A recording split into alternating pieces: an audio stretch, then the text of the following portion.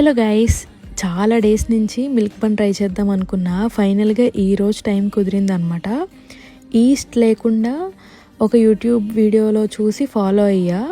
Same process, but ఎక్కడో కొంచెం తేడా కొట్టి అంత పర్ఫెక్ట్గా రాలేదు. ఓకేగా వచ్చాయి, బట్ స్టిల్ గుడ్ ఎక్స్పీరియన్స్ అనమాట.